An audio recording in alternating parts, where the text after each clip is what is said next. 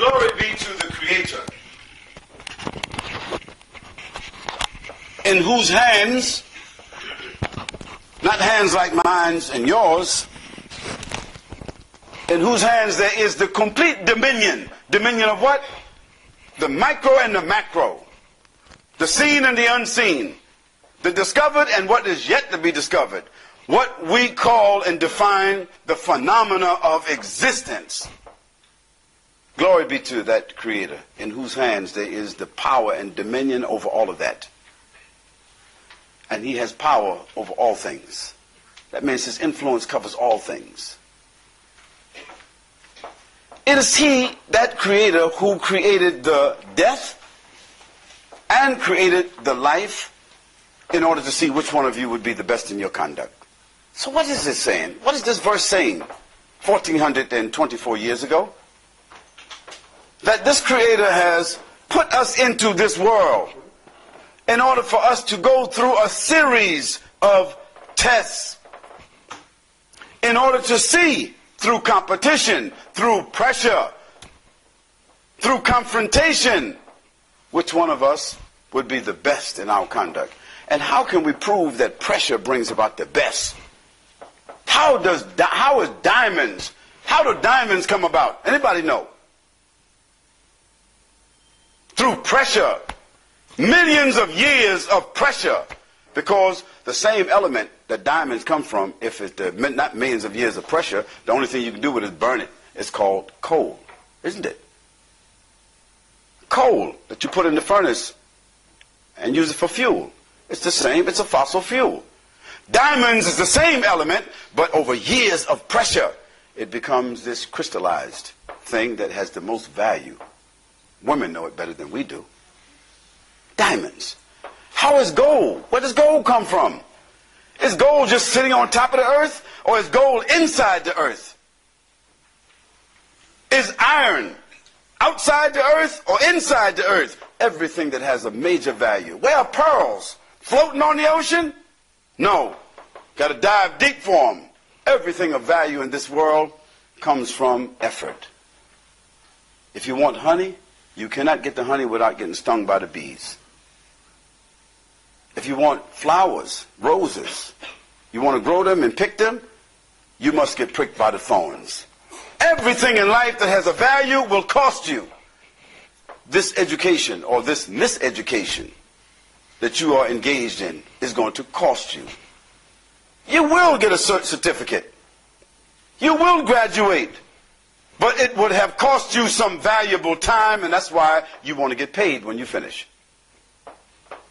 No one, no group has come into being on their own, nor can they obtain or harness the resources which they require on their own. No one. Absolutely no one. No one has complete determination or power over themselves or others. No one. Even the human being on their own cannot control their thinking. As you sit here right now, you're listening to me, but your mind is drifting from time to time into other things because you can't control it. As you're sitting here, you're blinking. You can try to keep your eyes open. I tell you what, anyone that keep their eyes open without blinking for 1 minute, I give you 10 pounds. Just 1 minute. Look at him. You can't do it. Because blinking is a natural response. It's a motor response. It's not something that happens, you understand, because you will it to happen. It's just natural. Because if you didn't blink, your pituitary glands would not excrete what it's supposed to, so that the eyes would get washed. And then the eyeball would dry out. And if it dried out, it would crack. And you would go blind. So don't try to keep your eyes open to get that 10 pounds. See? Even your bodily functions are happening without you thinking. Look while you're sitting here. You're breathing.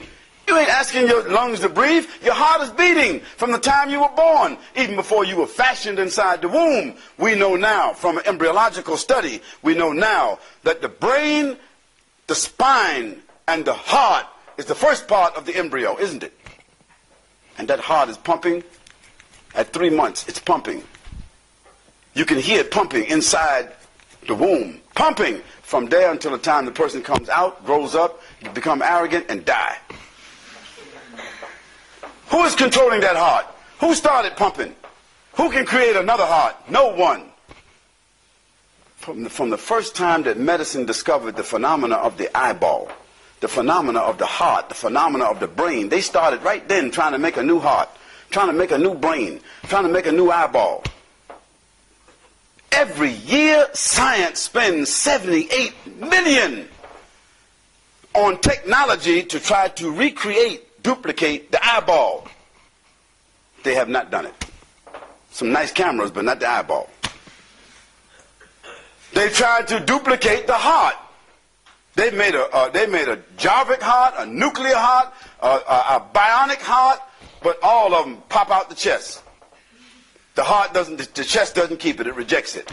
And the longest person that has lived with one of those hearts in their chest is 14 years. It don't work. Nothing works like the heart that we have. They just don't keep pumping. And they have created a robot with almost like a human eye. But you know what the problem was? They couldn't get it to blink. And then when they was able to put a motor in it to make it blink like the human eye, they couldn't make it blink with the right calibration. So sometimes blink and it closed. Sometimes blink too fast. So they couldn't get the right blink. So they couldn't even manufacture the blink, let alone all the other functions of the eye. So what about the brain? What makes us think? They couldn't create the brain. They got computers that's bigger than this whole campus.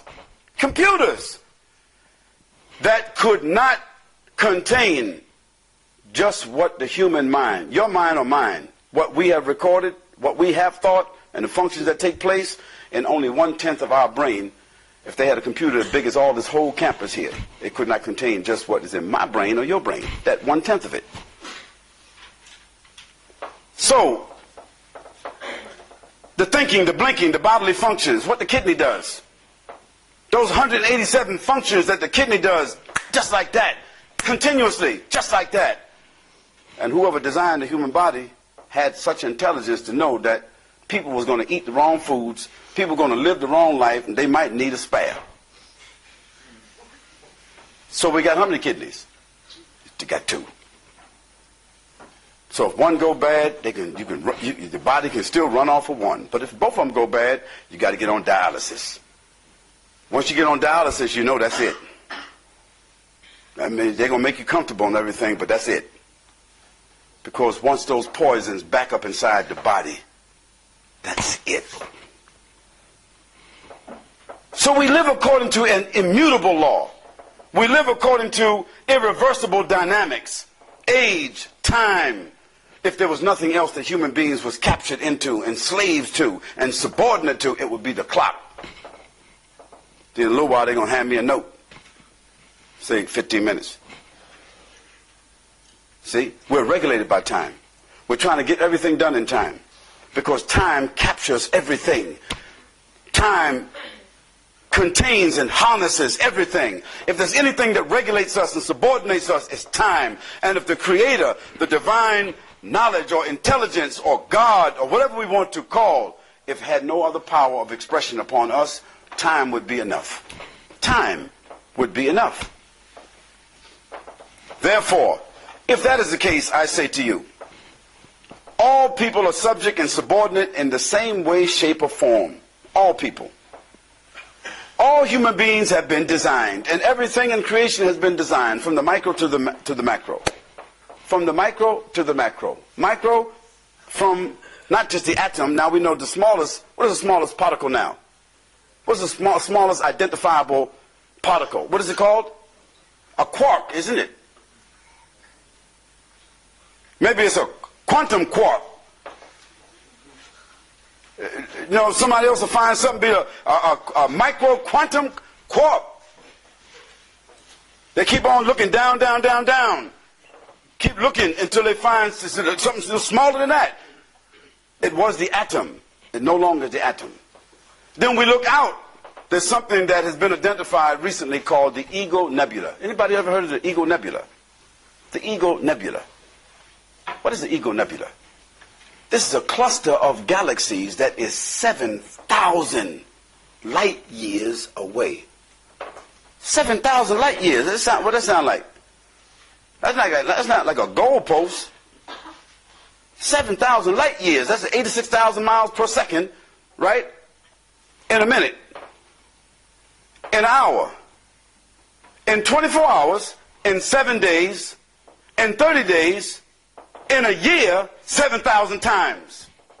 Now, how fast can light travel at 86,000 miles per second in 7,000 light years? This Eagle Nebula, Hubble said, is where light went out, hit, and bounced back. And that is the furthest that they have measured the cluster of galaxies. That's the furthest side of the universe. Yet he said that this Eagle Nebula, which is what? A cluster of galaxies, not a cluster of stars. Because our Earth is a planet. It is not a star. Our sun is what? A star. It has 9 or 11 family of planets that go around it because of its energy. And it is one of the smallest stars in what galaxy? The Milky Way. And the Milky Way is a relatively small galaxy that's made up of billions of stars. And the Milky Way is one galaxy that is part of a cluster of stars, a cluster of galaxies that we can identify, called the amoeba. But the Eagle Nebula is 7,000 light years away, and it is the largest cluster of galaxies that we have been able to say it exists. That's the furthest side of the universe. Yet Hubble and others who have discovered this phenomena said it is organized. It is designed. There is a set of dynamics. There is law. There is regulation even in that. So in the quark, is there regulation? Is there design inside that quark? Yes. Is there regulation in that Eagle Nebula? Yes. So I say to you, there is regulation, design, and proportion in everything in between. And if so, there must be a designer. You cannot say this building just dropped here. The rug didn't just come here. This didn't come here. The microphone didn't come here. You didn't just come here. Everything that's in here has been designed. If it's been designed, there must be what? A designer. If it is being sustained, maintained, there must be what? A sustainer. If it is being controlled, someone locks the doors, someone put the people out, someone collect the taxes, somebody hires the people, somebody is regulating, dominating. It must have what if it is controlled? A controller. If there is, this university is not just here, the staff is not just here, there is somebody who is over this university as what? A president, a chairman, a chief. I mean, there is somebody over this country, a king, a queen. So if this universe, micro, macro, also has design, sustenance, control, it must also have what? A supreme power. It has to. You cannot say, for us, there's supreme power. In my house, I'm the boss. In my business, I run everything. Yeah, everybody say that. In your business and on your job, there's a supervisor. I don't care if you work for McDonald's or whether you work for the government. You work for Honeywell or you work for whoever. There is a boss. Therefore, there has to be a supreme power over all of this orchestration. And it took knowledge to establish it. You cannot say that whoever did this was stupid. They wasn't shooting dice. They didn't do this at random. They figured this out. This has been designed. They have knowledge. There is science that regulates it. So, therefore, this massive, what we call the phenomena of existence, it must also have what? It must be maintained and sustained and designed by what? A knowledge. And that knowledge has got to be above our knowledge. Ultimately, all the creatures are subordinate to a creator. All the things that have been designed are subordinate to the designer. All the things that are sustained are subordinate to a sustainer. All the things that have a small amount of power or will are themselves subordinate to a supreme power. All the things that have some knowledge, like you and I, whether we in grade school or whether we graduate with 5 PhDs, still, we got that knowledge from somebody. So there has to be a higher knowledge. Ultimately, you and I will take a position of responsibility somewhere, whether in our family, whether in our business, whether in working for the government. All of us will assume some type of responsibility and will become accountable, and therefore, similarly, in this creation, in this phenomena of existence, there also has to be ultimately what? A source of accountability. Now, to think otherwise is to be absurd, to be impractical, to be arrogant to the point of ignorance. We all seek careers, undertakings, projects, marriage, education. At least we used to get married. We used to enter contracts, make commitments, etc. And we look for results. A woman is not going to marry a man that can't perform. Now don't go out nowhere. I'm talking about he got to bring the food, he got to pay the rent. He got to buy the food. If he want to be the man, you come home and say, I want my food on the table. If she said, look, you ain't bought no food. I'm the man. I want my bed made. I want my clothes clean. You ain't paid for no food. We living in a council house. You don't pay no rent here. So how you going to be the man? But if he is a man, that is, he's taking care of everything, then he may find a wife that is reasonably submissive and say she appreciates it, she recognizes who he is, and she going to cook, clean, whatever the case, if that is the role that she chooses to play. Everybody look for results. A man look for results. A man marries a woman, he like her, but he wants children. And he may not want to live with a wife for 30 years if she don't have no children. That may not be a major thing for him. But generally, men and women come together to have families. Men can't have no babies. I mean, not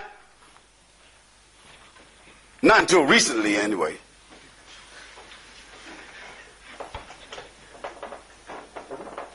So we all look for results. We all look for consequences, rewards, benefits, accounts payable and receivable. In every company, there's a manager. In every company, there's an owner. In every government, there's a king. In every place, there's a sovereign. In every family, there are parents. Used to be, anyway. You got mommy families and daddy families where ain't nobody the parent. But ultimately, even in those weird type of families, somebody is ultimately responsible, even if they don't say they are. All of this is to put forward this proposition that there has to be, for this complex and sophisticated universe, I say to you, there has to be, for this sophisticated and complex universe, this phenomena of existence, this earth and all the ecosystems and creatures which are countless, it cannot be the result of disorder and unaccountability. You can't tell me that order came out of chaos. If you say that, I say, okay. Then you take, I'm not going to tell you to take a whole bunch of galaxies and make them, take that order and make it into chaos. I'm telling you to take something small. Take 10 marbles. 10 marbles. And put a number on each one of them.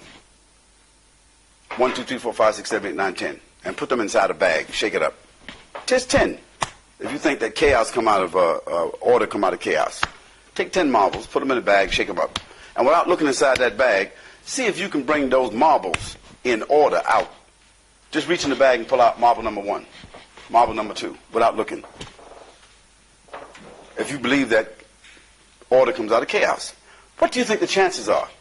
From a mathematical point of view, from a computational point of view, what do you think the chances are of your being able to reach inside that bag and pull out those 10 marbles in order without looking inside that bag? What do you think the chances are? Well, Stephen Hawking said the chances are 26 million to 1. That's what he said.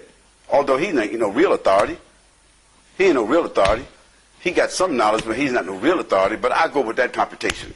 It means there's a whole lot of odds, which means that order does not come out of chaos.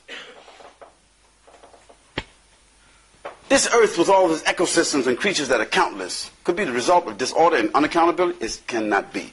There's a purpose. There's a reason. There's a responsibility, and there's most certainly an accountability, and that stands to reason. There's an owner. In fact, that owner controls, sustains everything in the heavens and the earth. That owner has given to you and me more position than any other creature in this world. Monkeys and apes and baboons and orangutans and those kind of creatures, those, like Darwin said, we evolved from those people, from those things. That's what Darwin said. You know he said that. They still teaching it right here. Matter of fact, they got Darwin on the money. I don't understand what they got him on the money for. But they got him on the money and the queen on the other side. Anyway, Darwin said we came from the monkey. So I say, if we evolved from the monkey, shouldn't the monkey still be evolving? Would the monkey just stop evolving? So if we came from the monkey and we have evolved from that point to now, then we should still be evolving and the monkey should still be evolving. So at some stage, some monkeys should have figured out how we put them in the zoo, and they should be putting some of us in the zoo. Some monkeys by now should learn how to cry, should learn how to think, should learn how to do mathematics, should learn how to talk, should learn how to wear suits, build their own institutions, and they should have Oxford for monkeys, if they're still evolving. But monkeys have not evolved, nor have human beings really evolved. Because the mind of human beings is the same mind, and the mind of monkeys are the same. What is the difference between a monkey's mind and a human being's mind? It is not the issue of substance. It is the issue of intellect. Intellect distinguishes us from all other creatures. Intellect. And that's why you and I are responsible. If a pit bull, if my pit bull jumps on you and bites you, you ain't going to take him to court, and the judge ain't going to give him 1 year. You never heard of that, because the pit bull is not responsible. They might put him to death, and they might give me a fine. So who's responsible, the dog or the owner? Why? Because I had intellect, I should be able to control my dog. That's the distinction between us and human beings. We have intellect. We have intelligence. Because we have intellect and intelligence, we become what? Responsible. And if we are responsible, we are also what? Accountable. Who are we accountable? Not just to each other. We are accountable to the one who gave us intellect and distinguished us from all other creatures. And you've been given all of this without paying for it. That's the beautiful thing about it. How many people here say that I paid for my life? I'm supposed to have what I have. I paid for it. Who can say that? Nobody. You didn't pay nothing. You're in a house that you never paid rent for. Where's the house, you say? What house I'm in? That which houses your personality. That which houses you. That which houses your faculties. The house is the body. You never paid for it. And you're in it. So if I was the owner, I could come and say, get out of there. You ain't paid no rent. Get out of there. You say, what do you mean? You don't own this. So if you was in a real house, and I said, you was in a house, nobody was ever said anything to you, you're living there 10 years. Then all of a sudden I come along, I got a piece of paper, and I say, I'm the owner of this property here, all the seals and everything is right there, and you're in my house. What could you say? You couldn't say nothing. I could say, look, I tell you what, but you can stay there. You can stay there, but there's some terms. And the terms is, keep the place clean. Take care of the place. I don't want no money. Just take care of the place. And when people pass by, speak nice to people. If somebody needs something, give them something. If somebody needs a room, give them a room. You say, yeah, that's beautiful. That's a good deal. You don't want no rent? That's all I got to do? That's fine. Well, those are terms that the landlord can make. Or he can tell you to get out. So who is the landlord? Who is the Lord, the sustainer of us? Our bodies. We as people. Who gave us our faculties? Who gave us our minds? Who gave us our bodies? Who gave us our lease on life? Who gave it to us? You didn't give it to it. Don't say your mother. She didn't give that to you, because who gave it to her? Don't say Tony Blair. Don't say the Queen. Because another 15 years, she ain't going to be the Queen. Who gave it to her? There's someone that has a power to create. Someone that has the power to give. Someone has the power to legislate. Somebody has the power to own, to sustain, to determine.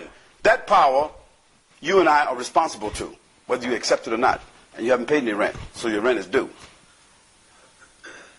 That power will, at one time or another, take back what it gave you. Take it back. And do you think that when it's taken back, you think you just on this earth like a piece of popcorn? You just dropped out. You just here for a little while, 20 years, 30 years, whatever it is, and then you're just going to die and that's it. I'm gone, I'm finished, I did my thing, I did my little dance, I had my whatever, and I'm gone. You think that's it? That's not it.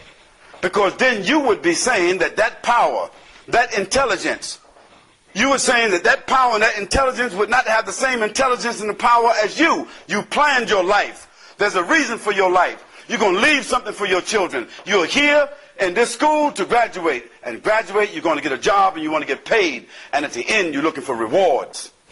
And those that act in a criminal fashion, you expect them to be what? Punished.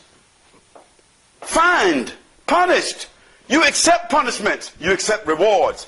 How is it that you don't accept punishments and rewards, nor you have the prospect of punishment and rewards for the one that gave you life, the one that gave you a lease on life and gave you all the things and faculties within the life?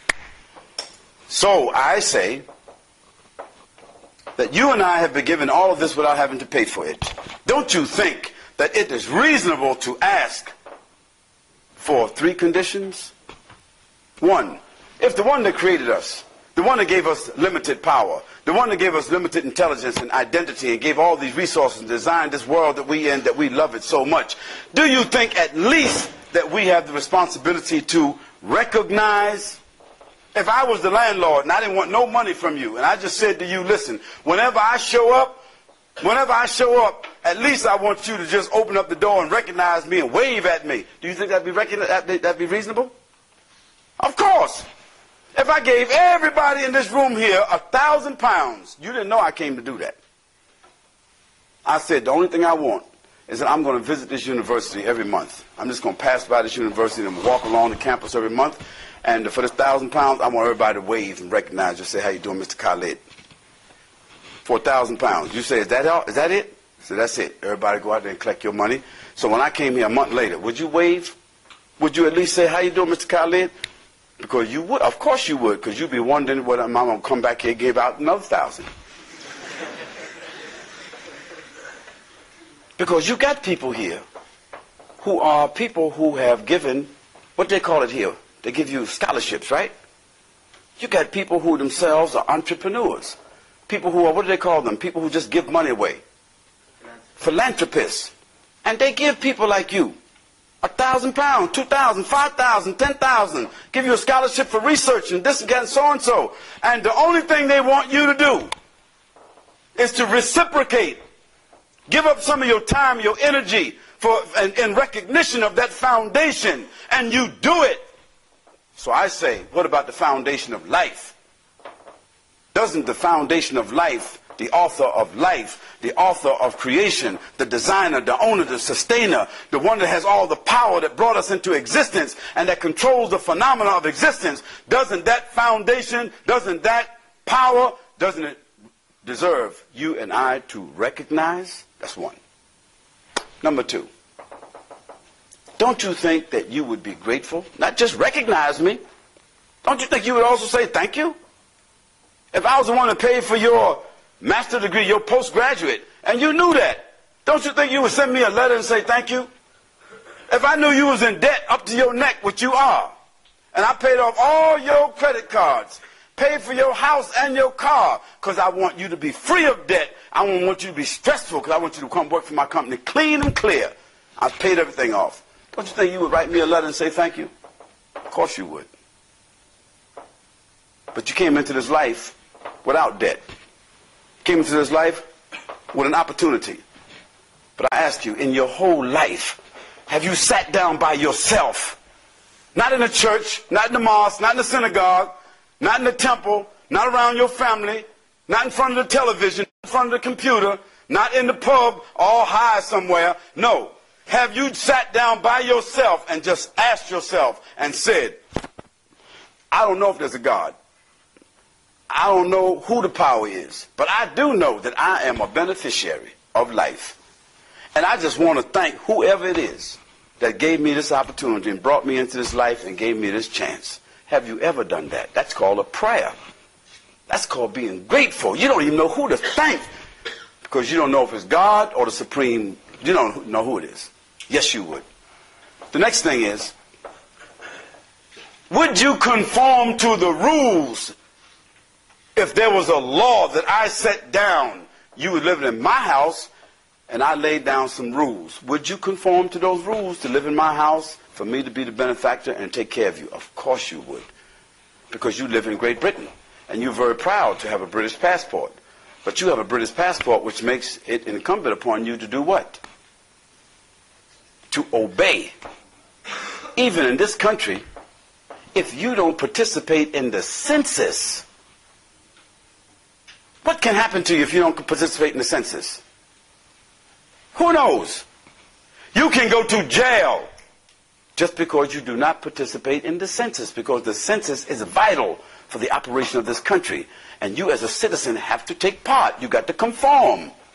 So I say to you, part of, it's not just recognition, not just gratitude, but also conformance. So I say the purpose, part of our purpose in this life is to honor, to recognize, to have gratitude, and to conform to the rules that are obvious and not so obvious from the one, the power, the architect, the designer who has created all of this. That person, that entity is a sovereign.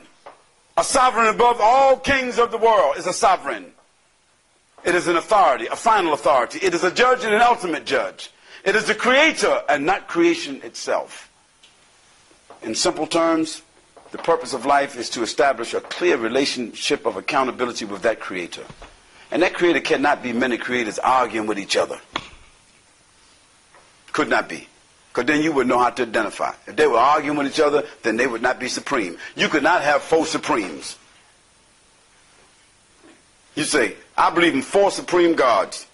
Or I believe in 3 supreme. That's an oxymoron. They all can't be supreme by virtue of the name itself. Supreme. Supreme means above all else. The creator, the sovereign, the sustainer, the author of creation has got to be a supreme sovereign, a power, accountable, an ultimate judge of everything and everyone outside of time and space. I said outside of time and space. Cannot be contained by time and space. So what is our relationship? What is our obligation in regard to the phenomena of this life? To establish a clear relationship of accountability, one that is clear and comprehensive with that creator, and to subsequently adopt a posture of recognition, gratitude, and conformance. Another way of saying recognition is to have faith and confidence. Another way of saying gratitude is to pray, worship, supplicate. Another way to conform is to obey. To do all that is necessary to morally interact with other creatures. Yes? Not just to interact with that creator, but to morally interact with all the creatures themselves. Because the object of life is to have a beneficial, beneficial and to have a balanced, a refined relationship with the creator as well as what? The creation itself. To do all that is necessary to morally interact with all creatures so as to develop harmony, peaceful coexistence, and mutual benefit and decency. I said yes, and decency. And what is decency? Decency is not what you consider to be decent. Decent is decent according to a sovereign determination. For instance, I could say freedom is to be wherever I want to be. If that's ultimate freedom. If you came home and I was sitting in your living room, you said, what you doing there? How'd you get in here? I just walked in here this way I want to be. You would not agree with me because that's your house. and you would call the police, or now you can pull out a gun and shoot me. Because it would be a consensus. I do not have the freedom to be in your house. See? So it means decency can be identified by some consensus. Also, to anticipate a final meeting, an assessment with that sovereign, because you know, inevitably, at the end of every journey, there has to be an assessment. At the end of every job, there has to be an assessment. At the end of your schooling, there has to be a test. You know that you're not here and that you're just going to get a certificate without a test. You know that you're not going to pass on and please and fulfill the purpose of life and the one that gave this life without some kind of test. So ultimately, we should anticipate that meeting. That meeting could be in a different spectrum of time. But certainly there has to be something after here. There has to be something after here. When you leave here, you're going somewhere else. When you leave this room, you're going somewhere else. When you leave this earth, you're going somewhere else. That means after here. It means here after. You and I need to anticipate the prospect of a final meeting and an assessment with that sovereign, who is also the ultimate judge, the one that will judge all the judges of the earth, and who will make a determination as to where our final destination or occupation will be. Now, I go back to my first discussion, and I said there have been philosophers, dialecticians, historians, writers, poets, sages, who have made their own propositions.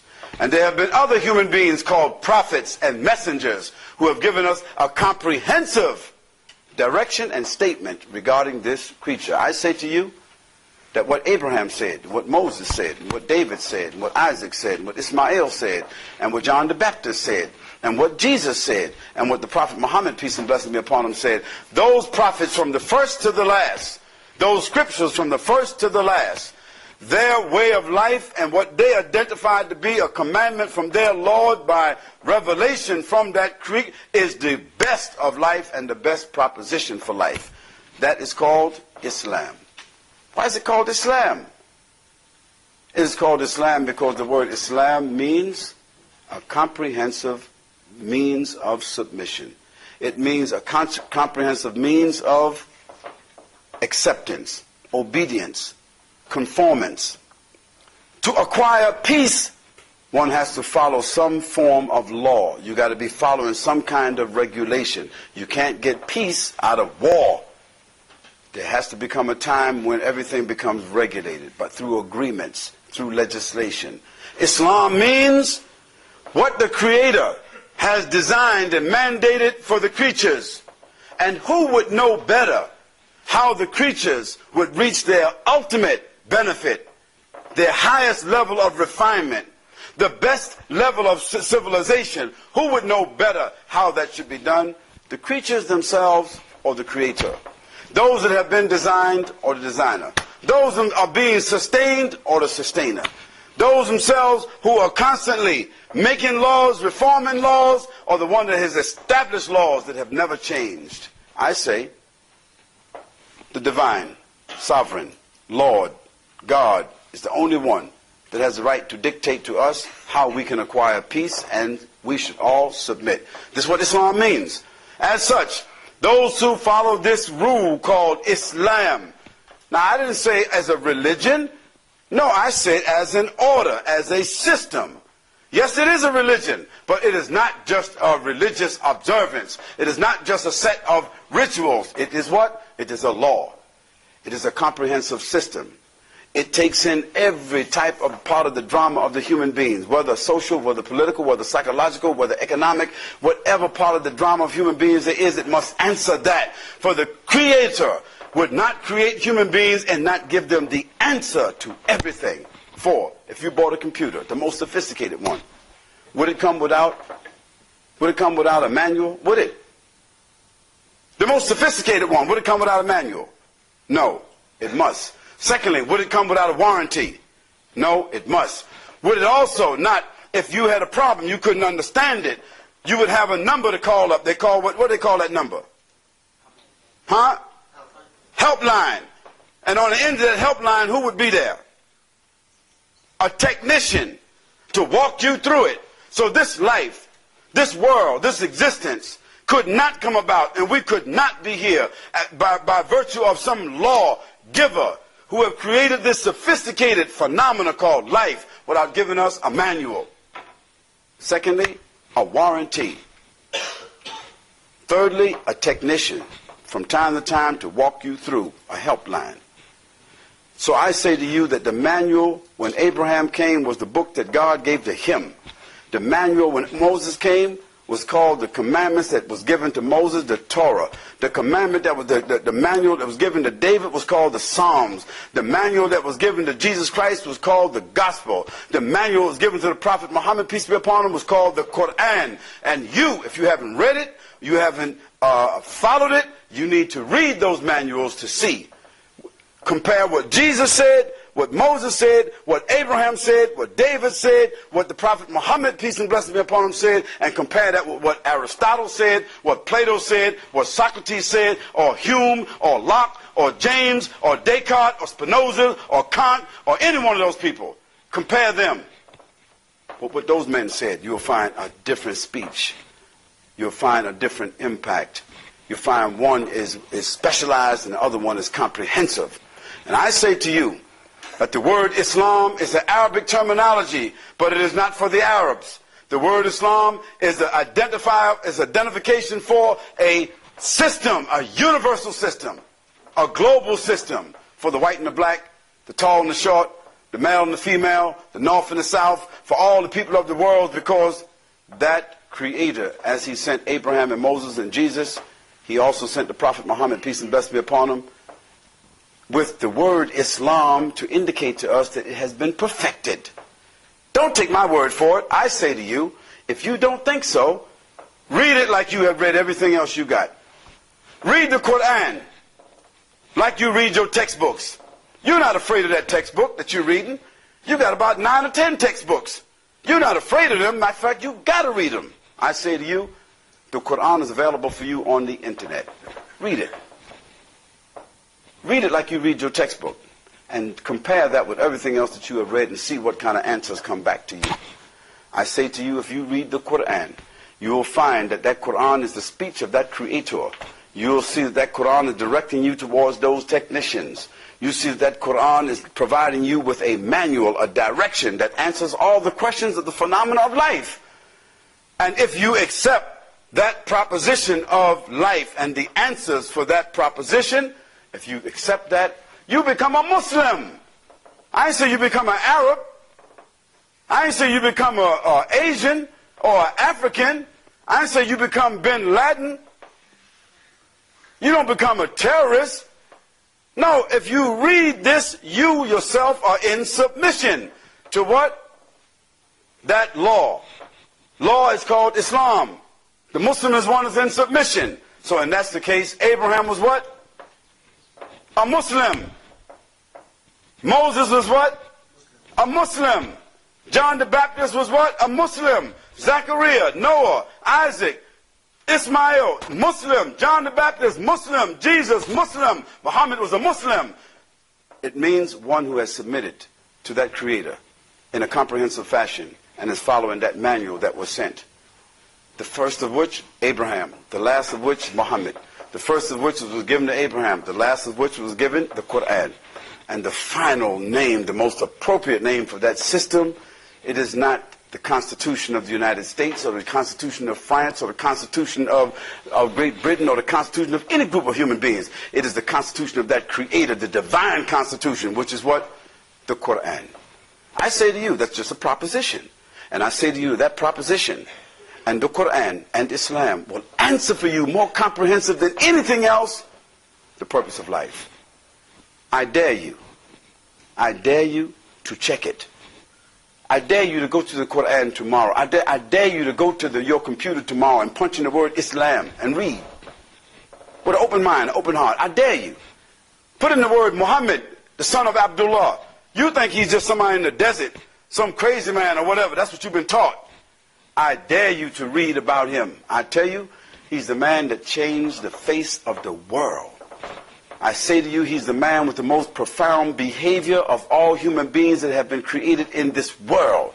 I say, if you read, you compare, you will see that non-Muslims and Muslims alike said, even those that don't follow him as a prophet say, he is the most profound human being in the annals of history.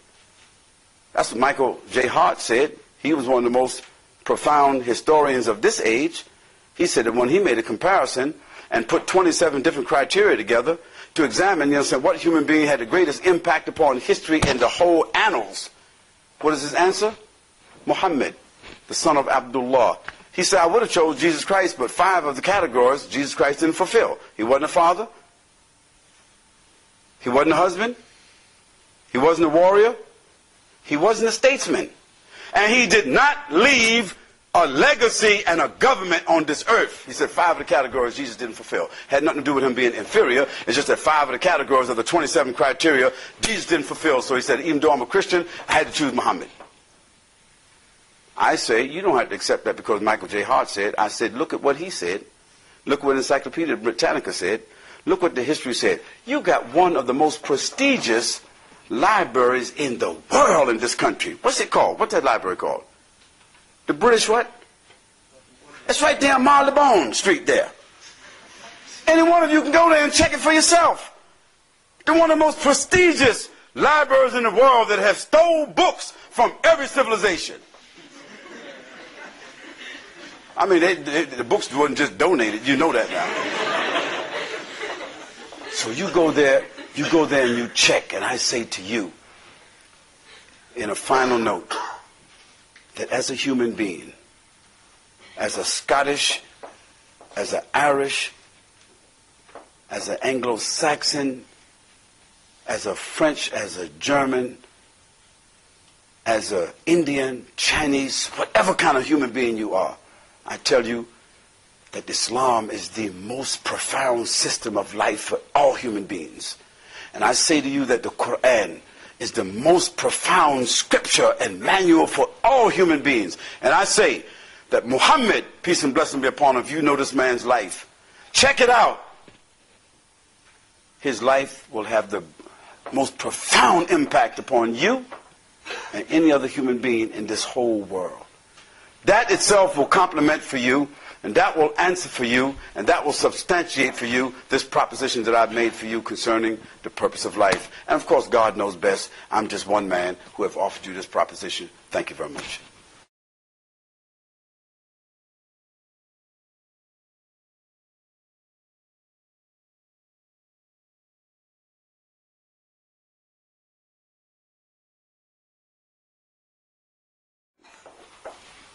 What is the nature of our being judged and accountable unto God? Would that be simple enough? What is the nature of our accountability towards God? And ultimately, what will that render us? How will God judge? That's what you want to know. Whether I can spend eternal life with God, given that I'm not... Well, I can't answer that part of your question because eternal life... Yeah, I didn't say nothing about eternal life with God. I didn't say that. That's your perception. But I can answer what I mentioned. In other words, I would like to answer and explain something I said. But I can't answer something that you said. So, can I change it slightly? Change it slightly for me. What are we being judged for? All right, that's good. That's simple enough. You're being judged for your actions. You're being judged for what you said, judged for what you did, judged for your interaction with creatures, human beings, and judged for your gifts that you were given, and also judged for your relationship, your dignity, your integrity with Almighty God. That's what you're being judged for. Now, this is consistent now. This is not my speech. This is consistent with what Abraham said. This is consistent with what David said, and Solomon said, and Isaac said, and Jacob said, consistent with what John the Baptist said, consistent, and Jesus said. Jesus himself said, the least of you will be the least in the sight of God, and you shall not be given heaven because you pray upon me, but you shall be given heaven because you have kept the commandments. So what's the commandments? The commandments of Moses. What's the commandments of Moses?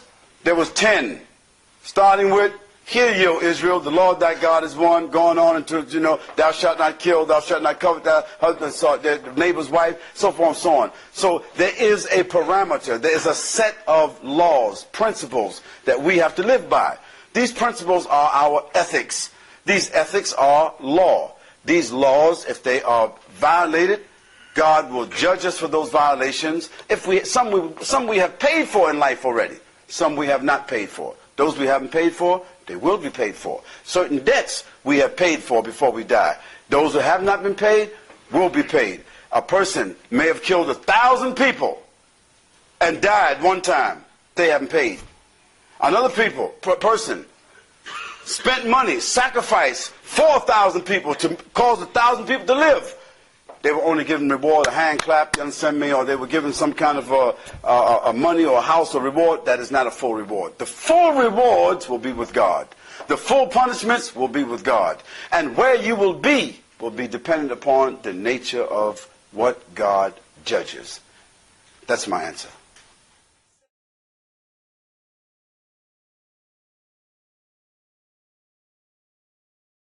By your good deeds. Because at the end of the day, at the end of the life, when you go inside the grave, you got nothing left. It's all gone. It's finished. Everything is done. It's not your house. It's not what you look like. It's not nothing. Everything is finished. The only thing you got left, good deeds. That's all you got left. When you come in front of God, deeds will be weighed. This is what all the prophets said. Deeds will be weighed on the day of judgment. Not words will be weighed. Not emotions will be weighed. But deeds will be weighed. Now, deeds are good and bad. Deeds will be, and who is the best to weigh? God can weigh. Just like you can judge, God can judge. Just like you can weigh, God can weigh. Just like you go in the bank and they put some coins on the scale and they can see how many notes is there, God can judge your actions. So the same way we weigh and we judge, God judges even better than that. And what does he judge? The deeds. And what will your reward be? According to the actual deeds. Now faith does play a part, but faith on the day of judgment is one element. Deeds is another element. Man shall not live by bread alone, and man will not enter heaven just by faith alone, but by actual deeds. So said the prophets of Almighty God. All the prophets of Almighty God.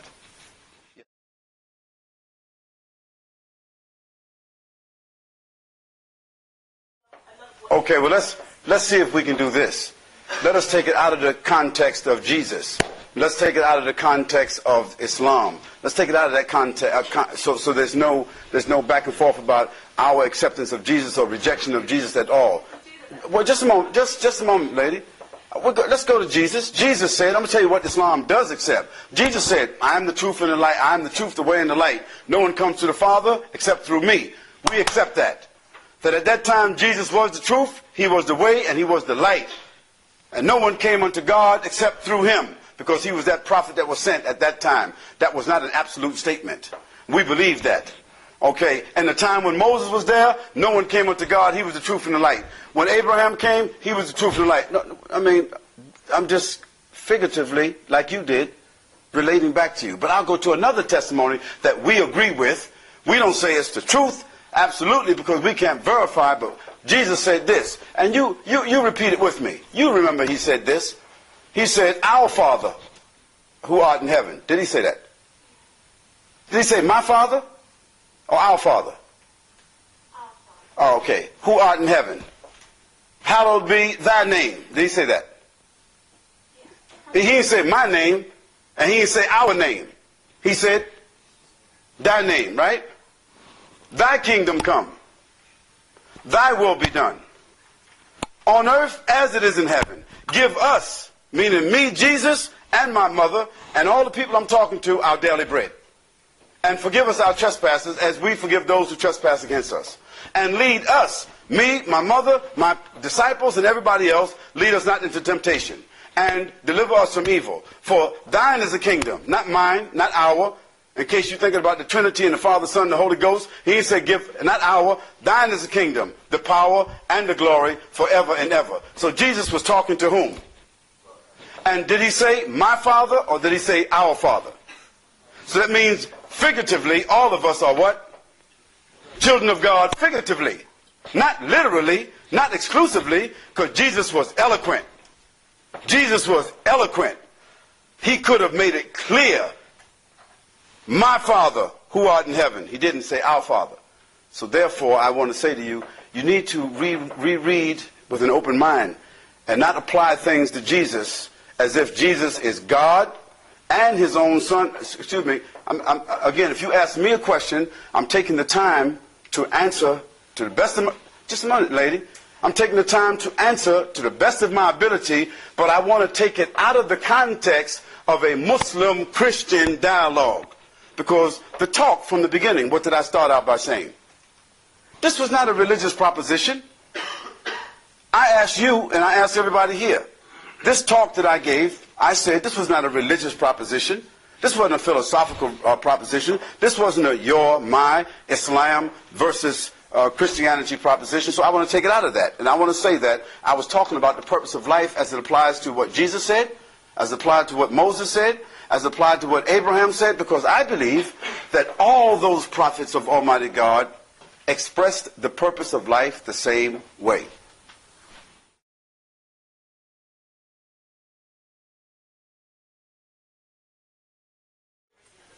Well, first I'll deal with the first, because since the Bible came first, or what was written concerning Jesus Christ came first, I'll deal with that first. Matthew, Mark, Luke, and John, and the 15 books of Paul, those are the predominantly what we use as a reference for what Jesus said in the Christian world, isn't it? Predominantly. That's the New Testament. Okay. Now, the Matthew, Mark, Luke, or John, who wrote after Paul, by the way, even though Matthew, Mark, Luke, and John comes first. Paul wrote first. The 15 books of Paul came first, before Matthew, Mark, Luke, and John. That's number one. The church fathers will tell you that. Those 19 books were written by individuals who never saw, never walked, never talked. I'll substantiate what I have to say before you shake your head. I'll just substantiate.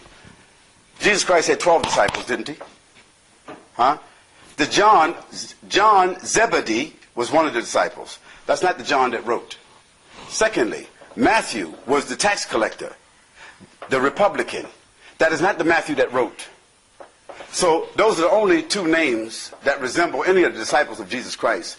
But Matthew, the tax collector, and John Zebedee, those are not the writers of Matthew, Mark, Luke, and John. Secondly, Paul was on his way to Damascus. He was on a donkey, that's right? Going on his way to do what? To find Christians, because he was a bounty hunter. And he said, I saw a light. I heard a voice. I fell off my donkey. And I saw a vision of Jesus Christ. Did he say that? Okay. Paul never saw Jesus ever in his life. Ever. Never. Walked with him, talked with him, ate with him, slept with him, learned from him at all. Ever. How? All Christians know that. All the Christian fathers know that Paul never met Jesus Christ. So I ask you the simple question. We couldn't use that as a documentation for what Jesus said, whatever Paul said in his 15 books, because Paul would not know what Jesus looked like. How could he recognize him in a vision? How would Paul see somebody in a vision and say that's Jesus if he never saw Jesus? That's one. How would he know Jesus' voice if he never heard Jesus? I go on further. Matthew, Mark, Luke, and John, each one of those books says according to, according to, according to, according to. No last names. The church fathers all agree. The 31 of the 39 Anglican bishops here, in this country here, agree that the four Gospels themselves are not necessarily written by anyone that ever saw Jesus Christ, the closest of which 23 years after Jesus. So what you're relying upon, those 19 books, you're relying upon people who themselves was not eyewitnesses of Jesus Christ at all. Now we got those who were the eyewitnesses. Those were called the Nazarenes. They were never called Christians. During the life of Jesus Christ, he never told anybody to call himself Christian. They were the Nazarenes, meaning the people who followed that man from where? Nazareth. Okay, so now here we got one, eyewitnesses, who is what? The disciples. Then on the other hand, you got the 15 books of Paul and the 4 books, Matthew, Mark, Luke, and John, which developed later on into the Council of Nicaea, the mandate called the Council of Nicaea by Constantine, the first church of Rome. So there, no eyewitnesses. On the other hand, when we go to the Quran, it was not written by the Prophet Muhammad, peace and blessing be upon him. The Quran was never written. But in the life of the Prophet, as Jesus claimed that what he heard from God, that's what he spoke. As Muhammad claimed what he heard from God, that's what he spoke. What is the difference? The Quran was memorized by at least 14 of the companions of the Prophet Muhammad in his life and preserved until now, every dot and every word. So therefore we have a reference, not something that was written by the Prophet Muhammad, peace and blessing be upon him, but something that was preserved from that prophet that we can make reference to. And now why does the Quran explain things, even though it was revealed 1424 years ago, how does it explain things that took place right now and explain things that are happening now? Because God, who is outside of time and space, can explain something 1500 years ago, because 1500 years ago don't mean anything to God. The difference between the Bible and the difference between the Quran is that both were originally, what was given to Jesus was originally a revelation from Almighty God, but it was lost, it was changed. The Quran was never lost, it was never changed. That's just a general answer to your question.